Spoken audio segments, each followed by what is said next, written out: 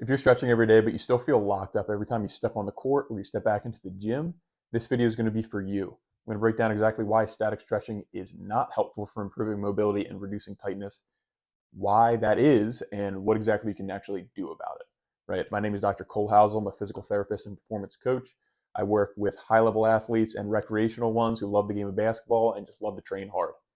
Now, first things first, when it comes to static stretching, as I have my notes here on the side, we have to appreciate some context of things. So typically, and in my experience with a certain client here and many clients, especially when it comes to something like a hip, a low back, or even a knee, they feel the sensation to stretch, whether it's hip flexors, their quads, their hamstrings, or even their low back. And they have a hard time touching their toes. They have a hard time kind of like getting into deeper positions, and they're just kind of locked up. So they resort to stretching, hanging and pulling on a tight muscle, and it feels kind of good in the moment, maybe.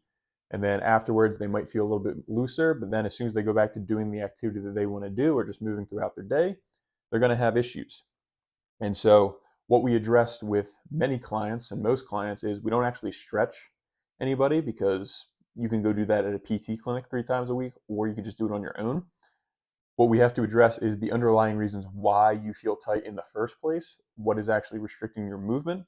And if we can address that and implement that into your training and how you are moving, then we can be confident when you go back onto the court or into the gym, things are going to feel good, especially in your day to day.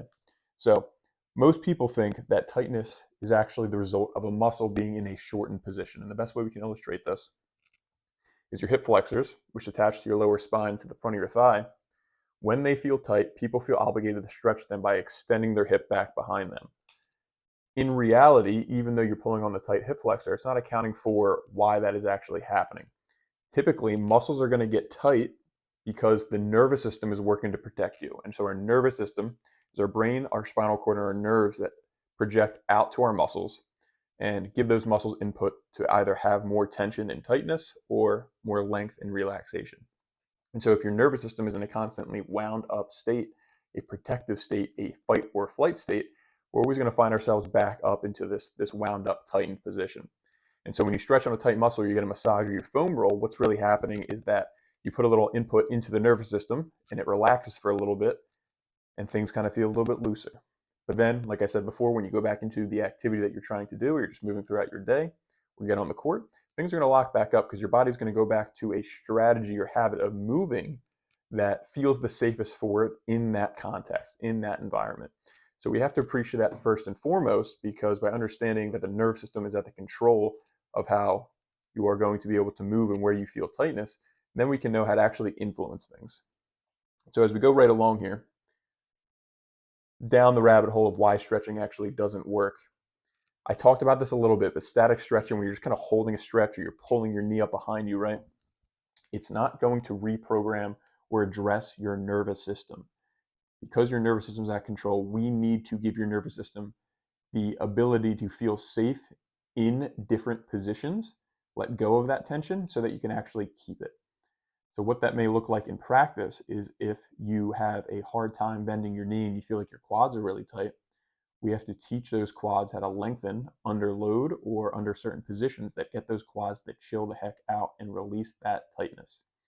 And so something as simple as an isometric hold, which is called a yielding isometric, where you are just holding a muscle contraction for a period of time, but you're not actually moving your body. Like think about like a wall sit.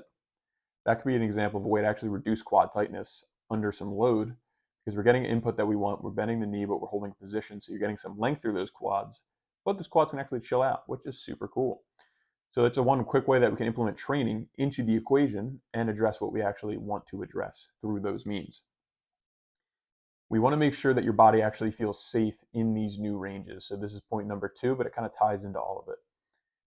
If you are holding your breath, you're clenching really hard, you're holding onto a lot of other muscular tension elsewhere as you try to force your way into certain positions. The famous one is that couch stretch where you're pulling your knee back behind you and you have your foot up against like a wall. That's a really aggressive position on the hips and on the knees.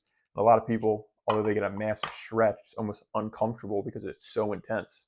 And the rest of their body is just clenching like a closed fist everywhere, and you're actually not really going to get any gain. If anything, your nervous system is going to reprotect and lock back up a little bit more. So we can't just do that. Underlying all of this is we have to also appreciate that muscles they attach to bones. So let's go back to our hip flexors for a second. Muscles attach to bones, and bones that attach to bones are our joints. And so what static stretching doesn't actually account for is the joint position. So in order to actually get in and out of different joint positions and have improved mobility, what we need to be able to do is address the joint position and make sure that it has what's called variability. Can it get in and out of many positions? So if you think about like classic anterior pelvic tilt, a lot of people will say like, you can't have this, you need to fix this. Athletes are going to have some anterior pelvic tilt to some degree, probably, because that is a position of power, of force production, of performance. We want that.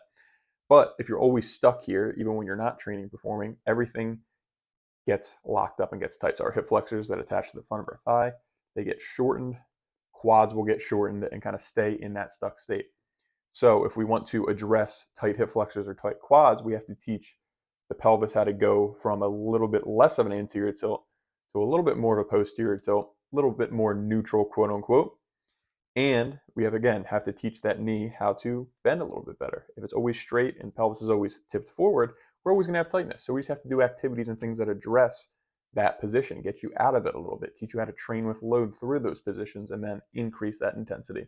So if we don't adjust joint position, the muscle position won't change as a result, and your tightness actually won't ever go away. And the last thing that is pretty obvious is that it just provides temporary, non-lasting relief. And I talked about this again at the beginning, but because of the nervous system factor and the joint position factor, when we pull on a tight muscle or some muscle that or tissue that feels tight or has tension, because there is no context or reason for that tension reduced state to actually stay there, things are just going to lock back up because our brain, our body needs context. We're not as simple as just a pulley system where you pull on one thing and it changes. If you see any guy that stretches his hamstrings, or my hamstrings are so tight, they stretch their hamstrings all the time. Like you see that guy that always does those toe touches before they step onto the court or they throw their leg up on a door. I have a guy like that at basketball every single week who just always throws his leg up on a door trying to stretch his hamstrings. They're never going to get looser, Richie. They're never going to get looser, but I love you. Shout out, Richie. Anyway, as we go along here, we talked about the reason why behind the tightness here. We talked about changing the position of our joints to improve or reduce that tightness. And by a byproduct of being able to do that or teach our body how to get in and out of various joint positions, we're actually going to improve our range of motion at our joints and therefore reducing the tightness that we feel. And if we can do this well and effectively with specific activities, you're going to be feeling a whole lot better and more confident, which is cool. And then you're going to know how to take care of yourself for the long term, which is what it's all about. Training so you can play or perform for the long term. And then when you do get hurt, we don't have to go stretch things out. We can just address things from a movement perspective to make sure that you're feeling better. And then we gradually load it up, finding your entry point. See my video, maybe it was the last one. I don't really remember. But finding your entry point for loading and then just scaling that up over time and making sure you're holding on to the qualities that we want to hold on to. And so if you're tired of spinning your wheels with trying to improve your flexibility, your mobility, and reduce the tightness that you have, definitely work on improving the positions of your joints and making your nervous system feel safer.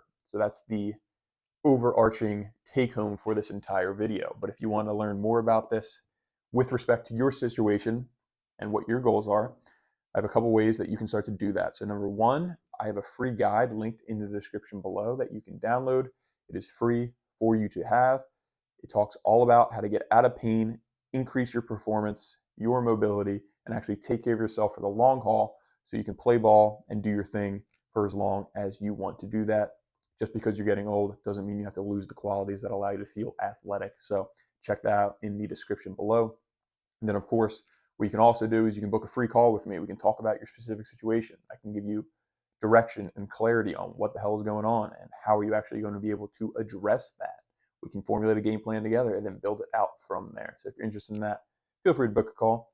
Also, haven't said it yet, but please subscribe to this video. Drop a like down below or a comment. Your engagement really helps. And if there's something that you want to see or you want me to talk about, feel free to throw that in there as well. I would love to get your feedback and thoughts. I'm kind of just riffing and talking probably in ways that might be a little bit in circles. So I'm going to get better just as you're all trying to get better. So again, like, comment, subscribe, and if you have any questions personally, send me a message. You can follow me at Housel DPT on Instagram, where I'm pretty active, and I will get back to you as soon as I can.